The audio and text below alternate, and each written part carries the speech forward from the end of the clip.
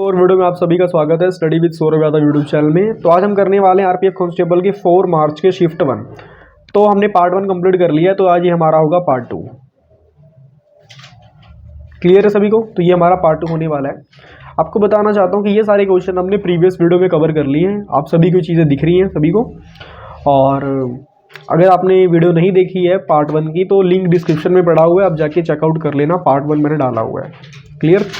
तो ये सारे क्वेश्चंस हमने पार्ट 1 में कर लिए थे। और आपको बताना चाहता हूँ ये हमारा लास्ट क्वेश्चन था जो पार्ट 1 बना है। इसके ऊपर हम सबसे पहले डिस्कस करते हैं। जो जस्टिस संजीव खन्ना थे, भारत के कितने मुख्य न्यायाधीश थे, यानी कि चीफ जस्टिस थे, तो वो थे 51। क्लियर हो गया बस सभी को? अब नेक्स्ट क्वेश्चन की तरफ चलते हैं बिना किसी देरी के। तो जो हमारा नेक्स्ट क्वेश्चन है उसकी तरफ मूव करते हैं।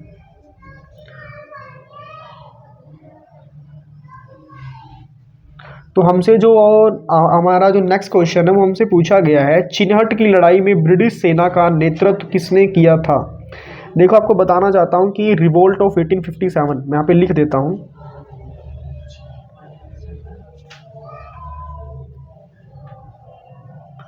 इससे भी क्वेश्चन पूछे जा रहे हैं। और आपको एक बात और बताना चाहता हूँ इसी के रिलेटेड, कि जो रिवोल्ट ऑफ 1857 है ये आपके एनसीईआरटी का पार्ट है। अगर आपने क्लास 8th की एनसीईआरटी यानी कि एसएसटी की एनसीईआरटी अच्छे से अगर आपने पढ़ ली तो आपका पेपर बहुत अच्छा होगा, क्योंकि इसमें मैक्सिमम क्वेश्चन क्लास 8th की एसएसटी में से लिए गए हैं।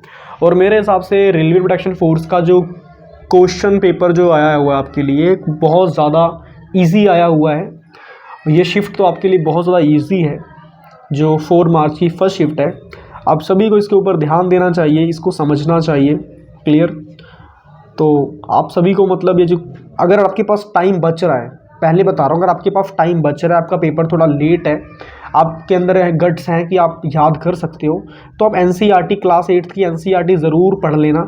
रिवोल्ट ऑफ 1857 एक चैप्टर आता है, अराउंड 21वां चैप्टर आई थिंक हिस्ट्री का, 21वां की 22वां, मुझे याद नहीं है प्रॉपरली। तो उन्हें आप एक बार अच्छे से देख लेना, उसे पढ़ लेना। क्लियर? आपके सारे डाउट सॉल्व हो जाएंगे।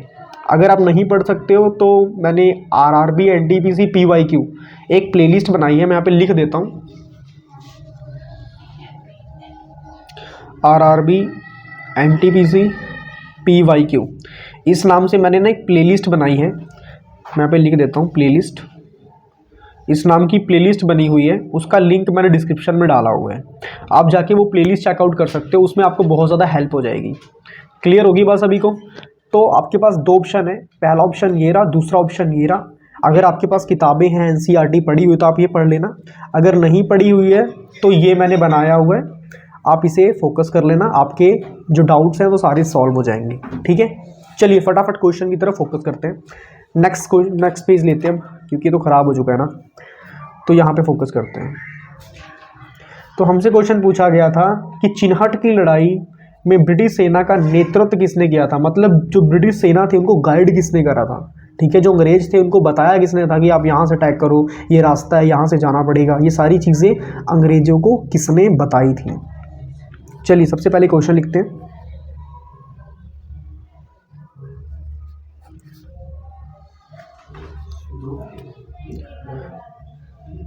चिनहट की लड़ाई में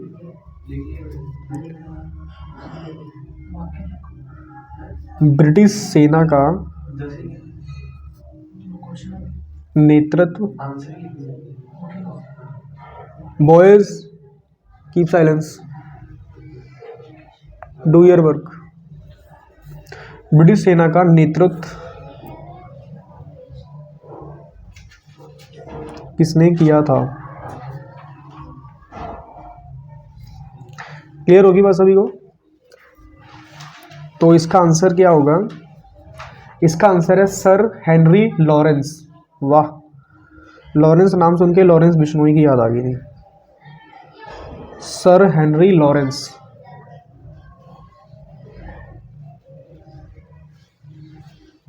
स्पेलिंग थोड़ी गलत होगी, यहाँ पे लिख रहा हूँ। ठीक है, तो सर हेनरी लॉरेंस ने चिनहट की लड़ाई में ब्रिटिश सेना का नेतृत्व किया था। क्योंकि आपको पता है जो ब्रिटिश सेना थी, मैं आपको ना एक थोड़ा सा इसका मैं एक मेन पॉइंट्स बता देता हूँ जो ब्रिटिश सेना के हैं। जो ब्रिटिश लोग थे उनका मेन काम ये था कि पहले हमने भरोसा दिलाना है, बाद में भरोसा तोड़ देना है। ठीक है, उनको कहने का मतलब था कि जो इंडियंस हैं उनको पता था कि जो भारतीय हैं वो माइंड गेम्स नहीं खेलते हैं, वो मतलब बहुत जल्दी किसी की बातों में आ जाते हैं। जिन्होंने क्या करा, पहले जो इंडियंस थे उनको अपनी बातों में फंसाया, बाद में उन्हीं का इस्तेमाल किया, उन्हीं का यूज़ किया। ये ब्रिटिश सेना की फितरत थी, अंग्रेज़ों की ये फितरत थी। क्लियर। फिर जब धीरे धीरे इंडियंस को समझ आने लगा कि ब्रिटिश जो लोग हैं ये मतलब एक टाइप के हैवान हैं, शैतान लोग हैं, जब उनको ये चीज़ें पता लगी तब तक टाइम बहुत हो चुका था। आधे लोग मतलब जो अपने इंडियंस थे उनके अंदर यूनिटी की थोड़ी कमी थी, आधे लोग ब्रिटिश सेना की तरफ हो गए, आधे लोग अपने अलग हो गए, क्योंकि जो राजा महाराजा थे वो ब्रिटिश सेना की तरफ थे, क्योंकि ब्रिटिश सेना उन्हें सपने दिखाती थी कि हमारे इंग्लैंड में ये है, हमारे इंग्लैंड में वो है, तो राजा महाराजा उनकी बातों में आ गए थे। क्लियर होगी बात सभी को। और उसके बाद जो आम जनता थी, जो गरीब जनता थी, उनके पास खाने को भी पैसे नहीं थे, वो बिना नमक की रोटी तक खाए थे। तब जाके महात्मा गांधी ने नमक सत्याग्रह आंदोलन स्टार्ट करा था। ठीक है, उन्होंने फिर अपना स्वदेशी नमक बनाया था। तो आप समझ सकते हो कि कितना मतलब दरिद्र लोग थे ये लोग, कि मतलब पूरी हद मचा रखी थी। इनका कहने का मतलब था कि जितना भी भारत में ज्वेलरी, गोल्ड, जितनी भी अच्छी अच्छी चीज़ें पड़ी हुई हैं जिनकी वैल्यू हमारी कंट्री में बहुत ज़्यादा है, हम उन चीज़ों को उठाएं और अपने घर लेकर चले जाएं, अपने देश लेकर चले जाएं। आपको बताना चाहता हूं कि जो ब्रिटिश है उनकी तो आप सभी को बताना चाहता हूं कि हम लाइव क्लास अभी लगाएंगे। ठीक है, अभी 7:15 हो रहा है और हम अराउंड वही 7:30 बजे के आसपास हम लाइव क्लास लगाएंगे, तो आप सभी देख लेना। ठीक है, आपकी काफ़ी हेल्प हो जाएगी। तो सबसे पहले क्वेश्चन तरफ चलते हैं। क्वेश्चन हमसे पूछा गया है स्वामी दयानंद सरस्वती, मैं इंग्लिश में लिख रहा हूँ इनका नाम, स्वामी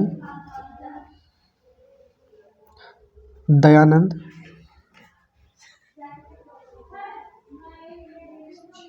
सरस्वती, स्वामी दयानंद सरस्वती द्वारा आर्य समाज की स्थापना कब हुई थी? द्वारा आर्य समाज की स्थापना कब हुई थी? क्लियर होगी बात सभी को। आपके सामने क्वेश्चन आया हुआ है, स्वामी दयानंद सरस्वती द्वारा आर्य समाज की स्थापना कब हुई थी। तो आपको बताना चाहता हूँ उन्होंने आर्य समाज की स्थापना कब करी थी। वो करी थी अप्रैल 1875 में। क्लियर होगी बात सभी को, सभी को समझ लग रही है। और जो स्वामी दयानंद सरस्वती जी थे ये क्या है, ये एक समाज सुधारक थे और ये एक टाइप से स्पिरिचुअल गुरु थे।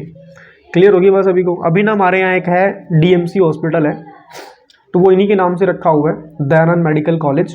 पूरा नाम है डीएमसी का DMCH, Dayanand medical college and hospital. तो टोटल इसकी अराउंड 50 to 53 ब्रांचेज हैं ऑल ओवर इंडिया में। तो इन चीज़ों पे आपने फोकस करना है। ठीक है, आपसे क्वेश्चन पूछ सकते हैं कि इनके नाम से कोई हॉस्पिटल है, तो आपको पता होना चाहिए डीएमसीएच है। मैं यहाँ पे लिख देता हूँ डीएमसीएच, इसका मतलब है Dayanand medical college and hospital.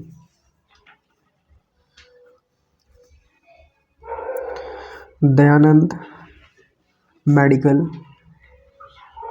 College and hospital. कई लोग ना हॉस्पिटल को हॉस्पिटल बोलते हैं, तो हॉस्पिटल नहीं होता, सिंपल हॉस्पिटल होता है। ठीक है, तो अपनी जो प्रोनाउंसिएशन इन पे थोड़ा ध्यान दो। और कई लोग ना विटामिन्स को ना वाइटामिन्स बोलते हैं, वाइटामिन्स, पता नहीं मतलब ये ज़्यादातर ना ऐसे सीबीएसई स्कूल के बच्चे बोलते हैं ज़्यादातर वाइटामिन्स। ठीक है, तो ये वाइटामिन्स सिंपल विटामिन्स होता है। ठीक है, इनके ऊपर फोकस करा करो, अपनी प्रोनाउंसिएशन थोड़ा बढ़िया करो। ठीक है, चलिए नेक्स्ट क्वेश्चन तरफ चलते हैं। अब मैं आपको ना दयानंद सरस्वती जी के बारे में एक बात और बताता हूँ। इन्होंने एक स्लोगन दिया था, वो स्लोगन क्या दिया था उसके ऊपर बात करते हैं। वो स्लोगन हम बात करते हैं नेक्स्ट पेज में। ठीक है, एक्चुअली ना एक है ना हमने गिलास के ऊपर रख दिया था, इसलिए थोड़ा सा इसमें ना वो सर्कल शेप आ चुकी है। तो स्लोगन क्या था? स्लोगन था go back to the Vedas, इनका स्लोगन था। यहाँ पे मैं लिख देता हूँ। तो स्लोगन था go back to the Vedas. Clear होगी बात। ये किनका स्लोगन था? ये स्वामी दयानंद सरस्वती जी का स्लोगन था, go back to the Vedas मतलब वेदों की ओर जाओ, वेदों को पढ़ो, वेदों को समझो। तो इनका ये मतलब कहने का था। और आपको बताना चाहता हूँ, जो आज हम फिजिक्स केमिस्ट्री पढ़ रहे हैं, जो हम मैथमेटिक्स वगैरह जो हम ये पढ़ते हैं कि सूरज की दूरी कितनी है, ये सारी चीज़ें हमारे वेदों में लिखी हुई हैं। हमारे टोटल 4 वेद हैं, आपको पता होना चाहिए। ऋग्वेद, सामवेद, यजुर्वेद और अथर्ववेद। ठीक है, तो इन सभी वेदों में हमारी मेडिसिन के बारे में लिखा होगा कि किसी इंसान को कोई बीमारी है तो ये दवाई, ये पत्ती खा ले, इससे सही हो सकता है। तो वो सारी चीज़ें लिखी हुई हैं। मगर अभी हम क्या हैं, अभी हम एलोपैथी की तरफ जा रहे हैं, इंग्लिश दवाइयों की तरफ जा रहे हैं, केमिकल वाली दवाइयों की तरफ जा रहे हैं। अब फॉर एग्जांपल आपको बताता हूँ, जैसे कि अभी किसी का अगर बुखार होता है, सिर दर्द होता है, तो क्या होता है, उसे बोलते हैं पैरासीटामोल ले लो, है ना। क्या बोलते हैं, पैरासीटामोल ले लो। और पहले के ज़माने में क्या था, अगर किसी को बुखार उखार होता था तो उसे गिलोय का काढ़ा बना के पिलाते थे गुड़ में।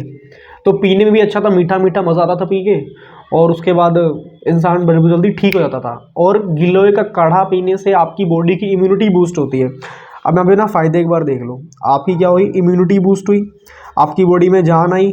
मेन जो गिलोय का काढ़ा होता है, आपके जो सेल्स होते हैं, ब्लड सेल होते हैं, उनको प्योरीफाई करता है। आपके ब्लड में जितनी भी गंदगी होगी वो सारी दूर कर देगा। ठीक है, आपके प्लेटलेट्स को, आपके WBC, RBC को, प्लाज्मा मेम्ब्रेन को बिल्कुल हेल्दी कर देगा। पर जो पैरासीटामोल का काम क्या है, उसने क्या करना है, सिर्फ आपका बुखार ही ठीक करना है, और प्रॉपर तरीके से बुखार ठीक करना भी नहीं है। लाइक आपको ज़्यादा बुखार होगा, आपको 3-4 डोज खानी पड़ेंगी। और आपको बताना चाहता हूँ, जो पैरासीटामोल है ये केमिकल से बनी हुई है, और केमिकल की जो दवाई होती है 99% तो बॉडी में से निकल जाती हैं बाय यूरिन के थ्रू या बाय स्टूल के थ्रू। स्टूल मतलब पोटी, ठीक है, इनके थ्रू। मगर 1% जो दवाई होती है वो हमारी किडनी स्टोर कर लेती है। समझ रहे हो मेरी बात। इसीलिए जो स्वामी दयानंद सरस्वती जी थे, उन्होंने स्लोगन दिया था, go back to the Vedas, वेदों की ओर जाओ। समझ रहे हो मेरी बात। चलिए यहाँ पर हम खत्म करते हैं। नेक्स्ट क्वेश्चन हम पार्ट 3 में डिस्कस करेंगे लाइव होके। और आपको बताना चाहता हूँ, अगर आपको वीडियो अच्छी लगी तो फटाफट से कमेंट करना और बताना सर हमें अच्छा समझ आया। और आपको बताना चाहता हूँ कि अगर आपको पैरासीटामोल खाने की आदत पड़ चुकी है, इसे छोड़ो, ये अच्छी चीज़ नहीं है। ठीक है, आपकी किडनी डैमेज हो रही है 1% करके। अगर आपको बुखार उखार चढ़ रहा है तो गिलोय का काढ़ा पियो, it is bad, sorry it is good for your health. मुँह से पता नहीं आज क्या क्या निकल रहा है यार, समझ नहीं आ रहा। तबीयत एक्चुअली मेरी थोड़ी ठीक नहीं है ना, इस वजह से। खैर, मिलते हैं नेक्स्ट वीडियो में। Till then good bye everybody, take care, ऐश करो और अच्छे से पढ़ाई करो। राम राम सभी को।